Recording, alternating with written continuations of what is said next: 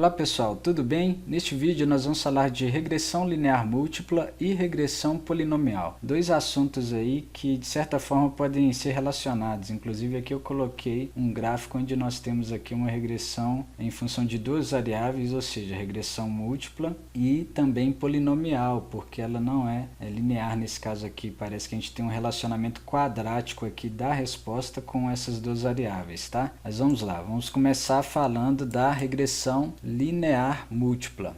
Então vamos supor uma situação parecida com aquela que eu coloquei ali no primeiro momento, onde eu tenho duas variáveis regressoras, vou chamar aqui de x1 e x2, que são respectivamente a idade e a quilometragem de um veículo, e a resposta de interesse y é o preço desse veículo. Então nós sabemos que o preço do veículo ele é sim função da idade e também da quilometragem do veículo, né? Então nós podemos propor um modelo, a estimativa de um modelo da seguinte forma, com beta 0 mais beta 1 vezes x1 ou vezes a idade mais beta 2 vezes a quilometragem. E aí nós vamos saber quanto que o preço do veículo muda com a quilometragem e com a idade do veículo, tá certo? Então esse modelo aqui, como ele é função de duas variáveis independentes ou regressoras, ele já é um modelo de regressão linear múltipla. Só que de forma geral eu posso considerar x1, x2 até xk, ou seja, até k variáveis regressoras de interesse, generalizando o nosso modelo, tá? E nós podemos escrever esse modelo aqui de forma matricial também, da seguinte forma: y é igual a x beta, onde esse y aqui é um vetor de observações, né? Então vou ter y1, y2 até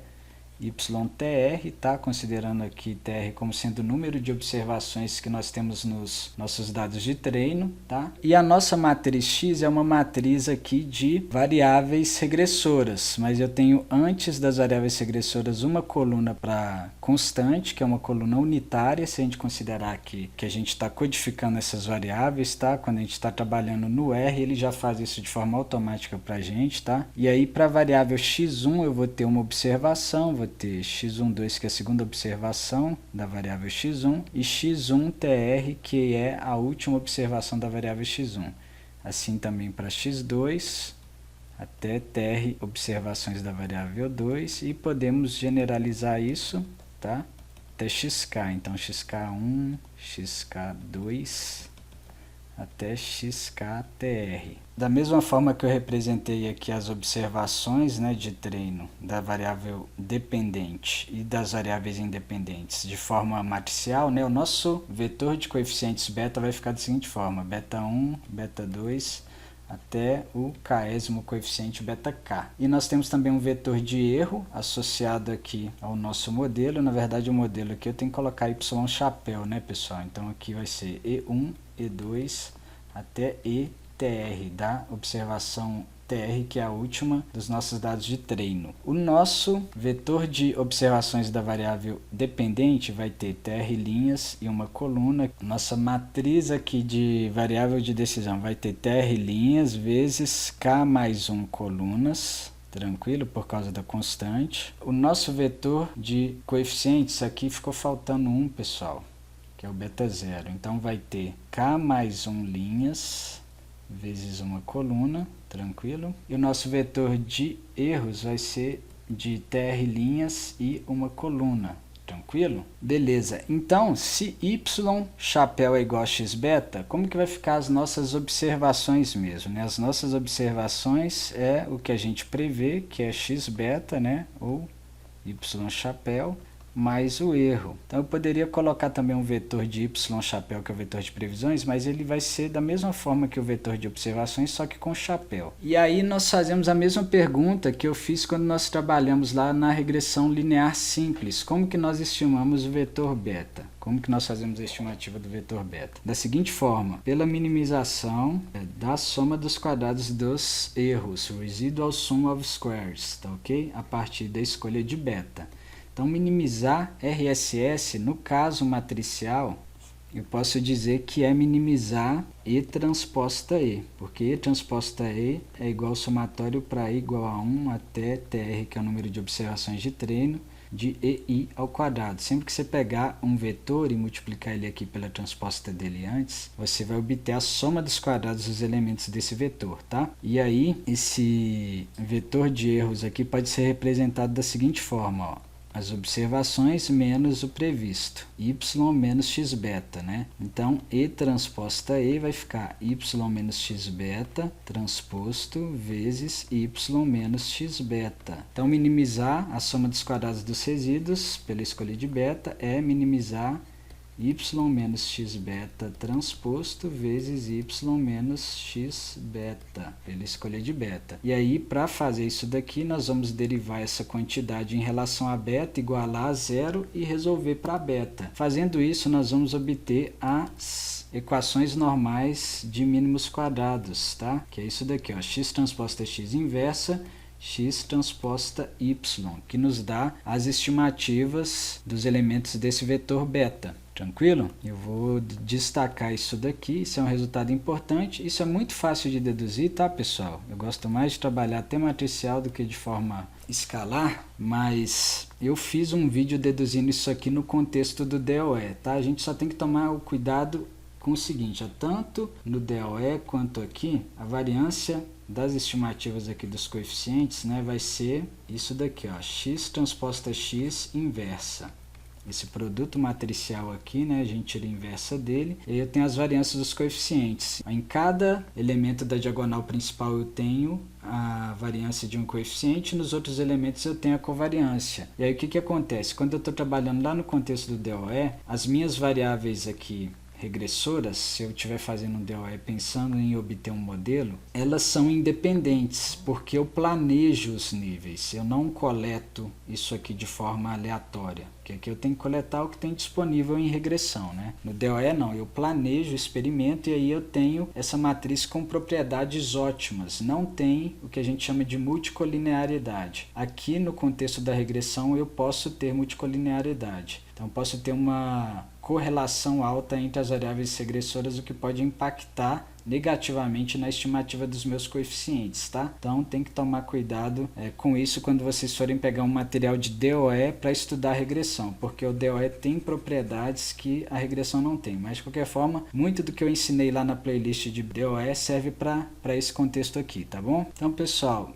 vamos falar agora de regressão polinomial. Então é o seguinte, vamos supor aqui um problema onde nós desejamos prever o peso da pessoa de acordo com o número de dias que ela participou de um determinado tratamento para perda de peso. Então a gente percebe aqui que quanto mais dias a pessoa participar do tratamento, mais peso ela vai perder. Só que a gente percebe que esse relacionamento aqui, pelas observações de treino aqui, que são esses pontos em azul, a gente percebe que esse relacionamento não é linear. Então talvez seja interessante ajustar um modelo de regressão que considere, além de um termo linear, beta 1 vezes x, um termo quadrático, beta 2 vezes x elevado ao quadrado, tá? Ou um termo de segunda ordem puro, tá? Então isso aqui já é um polinômio, né? Um modelo de regressão polinomial, porém de segunda ordem, mas de forma geral nós podemos considerar uma constante beta 0, um termo linear beta 1 que multiplica x, um termo quadrático beta 2 que multiplica x ao quadrado,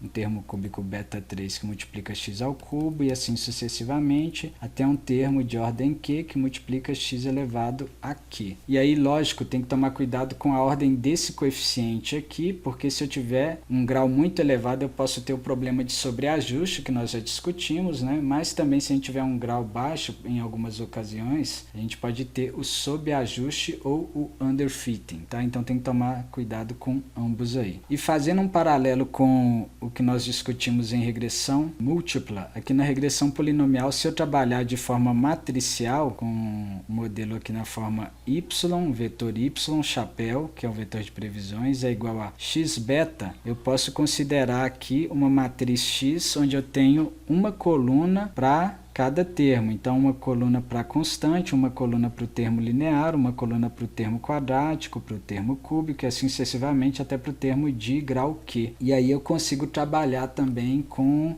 as mesmas equações normais aqui de mínimos quadrados. X transposta x inversa, x transposta y, tá bom? Isso não vai mudar. E aproveitando, nós podemos ter modelos que são de certa forma polinomial, e ao invés de ser um modelo polinomial simples, que é esse caso aqui, que é a função de uma variável apenas, eu posso ter um modelo polinomial múltiplo. Então posso ter uma variável independente x1, e aí eu tenho o termo linear de x1, tenho o termo quadrático de x1, que seria x1 ao quadrado. Da mesma forma, eu posso ter uma variável independente x2, que eu tenho um termo linear para ela, um termo quadrático. Se você achar necessário, termos de ordem maior, tá? Então eu posso trabalhar com modelos mistos aí, que são modelos de regressão múltipla e também não necessariamente linear, mas polinomial, beleza? Agora, de forma geral, né, quais seriam aí os objetivos, né, da regressão múltipla, da polinomial, né?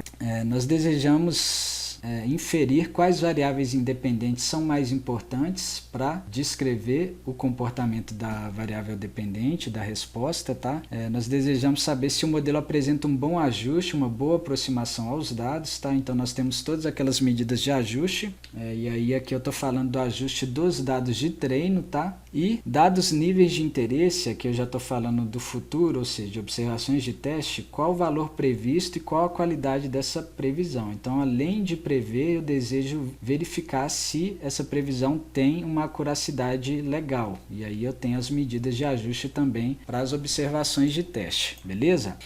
Então, a previsão, né? Por exemplo, se eu falo do modelo de regressão linear múltipla, poderia falar de forma geral da seguinte forma: y é igual a beta 0 mais beta 1 vezes x1 num nível de teste, né, mais beta 2 vezes x2 no nível de teste e assim sucessivamente, né? Então, aqui eu vou ter uma previsão para essa observação de teste. No caso da regressão polinomial, né, eu teria algo nesse sentido aqui, ó, y de teste é igual a beta 0 mais beta 1 vezes x de teste mais beta 2 vezes x de teste ao quadrado e assim sucessivamente até termo de ordem Q, que eu vou considerar em cada caso no meu polinômio. E eu posso colocar isso de forma matricial também. Se eu considerar esse x de teste como sendo um vetor, eu coloco os níveis de cada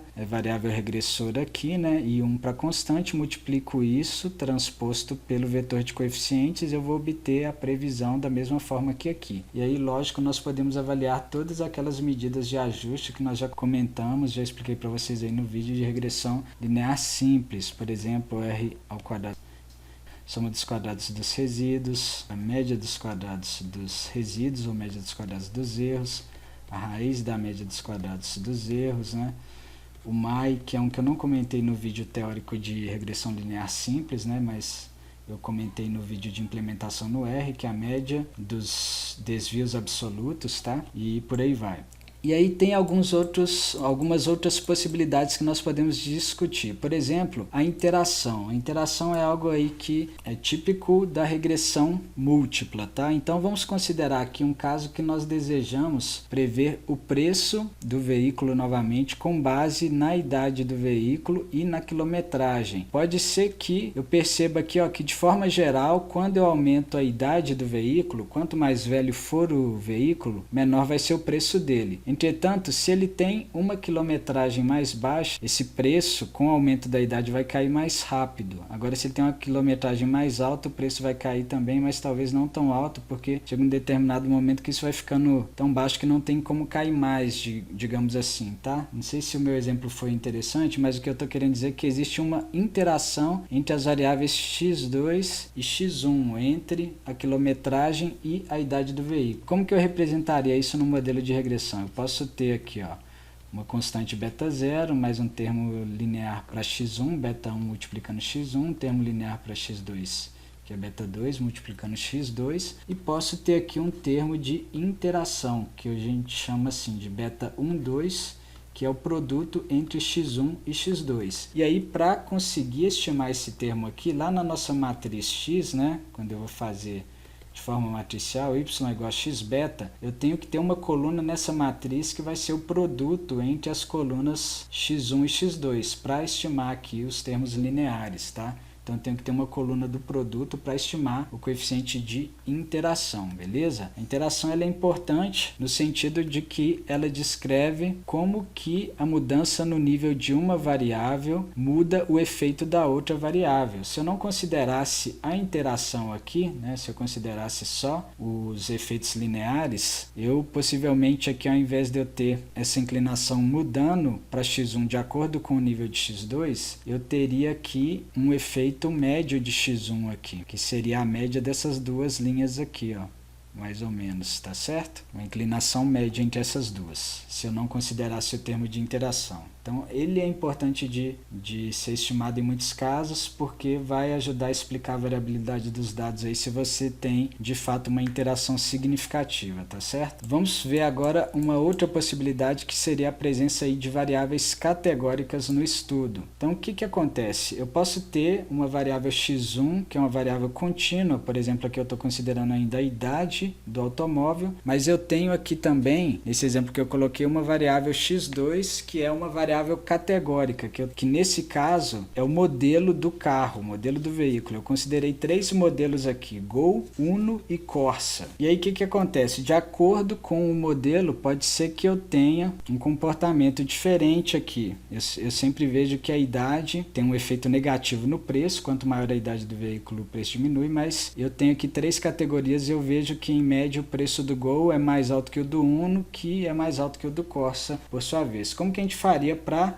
considerar esse tipo de variável num modelo de regressão? Nós podemos trabalhar da seguinte forma. Nós vamos criar variáveis fantasmas, tá? Ou dummy variables. Que aí, por exemplo, eu poderia criar uma variável xi1, que vai ser o seguinte, ó. Ela vai ser codificada em 1 e 0. E vai receber 1 se for uno e 0 caso contrário. E eu posso ter uma variável xi2, que vai receber 1 se for Gol, o carro, e 0 caso contrário, beleza? E precisa de uma terceira variável para Corsa? Não, porque se ela for 0 para x1 e 0 para x2, nós sabemos que é o que sobrou aqui, que é o Corsa. Então aqui eu já estou trabalhando um modelo com 3 níveis, uma variável categórica com 3 níveis. Se eu tivesse só 2 níveis, conseguiria codificar com uma variável só. E aí tem uma coisa que eu preciso explicar para vocês, que é como que vai ficar na matriz X esse tipo de variável. Então vou supor aqui que eu não tenho a idade no modelo, eu só tenho essa variável categórica. Aí a nossa matriz X ela vai ter uma coluna para constante, tá? E vai ter aqui uma coluna para xi1 e uma coluna para xi2. Beleza? Então, se for uno, eu vou colocar 1 e 0 para os demais, tá? Elementos. Aqui, né, todos que são uno tem que ter 0 na outra variável, né? Porque não é Gol. E aqui, se for Gol, eu coloco 1, né? E aí vai sobrar alguns que é 0 para ambas, tá? Que não ficou muito legal não, mas eu tenho, olha só, esses veículos aqui, ó, se uno, tá? x1 é 1, então seria aqui, ó, esses aqui são uno, beleza? Esses que tem 1 na segunda variável são Gol, então posso colocar aqui, ó, todos esses que tem 1 aqui na segunda variável, eu coloquei reticências, né? São Gol, poderia ter colocado reticências aqui também, mas só para não ficar estranho por causa disso, mas tudo bem. E os restantes aqui, ó, que não tem 1 para nenhuma das duas aqui, é o outro veículo, que é o Corsa. Então, se eu tenho, por exemplo, p níveis na minha variável categórica, eu preciso de p menos 1 variáveis para descrever essa variável categórica. O legal é que no R eu não preciso de fazer isso daqui. Eu posso fazer, se eu quiser, essas colunas, tá? Mas não necessariamente. Vocês vão ver na aula prática que o R já cria isso daqui para a gente. E aí o nosso modelo ele vai ficar dessa forma aqui, ó. Y chapéu I vai ser igual a beta 0 mais beta 1 xi1 mais beta 2 xi2. Tranquilo? Isso aqui é análogo a isso daqui, ó. O nosso modelo eu poderia colocar assim também, ó. Beta 0 mais beta 1 se uno, ou beta 0 mais beta 2 se gol, ou beta 0 se corsa. Tá? Então, o que significa? Basicamente, são constantes que eu vou adicionar, né, de acordo com o veículo ou o nível da minha variável categórica. Então, por exemplo, no modelo que vai sair lá, beta 0, a referência vai ser o nível do nosso modelo se eu estou considerando o Corsa. Tá? E aí, como eu estou notando aqui que tanto o Gol quanto o Uno tem um efeito positivo, né? Possivelmente esses coeficientes beta 1 e beta 2 vão ser positivos, tá? Eu vou somar em relação a beta 0, que é o nível da variável categórica carro aqui, que tem em média o valor mais baixo, beleza? Então, pessoal, basicamente é isso aí sobre regressão linear múltipla, né? Na verdade, tem muito mais coisa para descrever, mas eu pretendo fazer um vídeo depois futuro aí falando sobre os possíveis problemas que nós podemos encontrar em regressão múltipla e também polinomial, tá? Mas por enquanto eu acho que a gente já discutiu bastante aí, e também nos próximos vídeos nós vamos fazer implementações na linguagem R. Então por hoje é só. Se você gostou desse vídeo, deixe seu like, se inscreva no nosso canal e ative as notificações. Muito obrigado!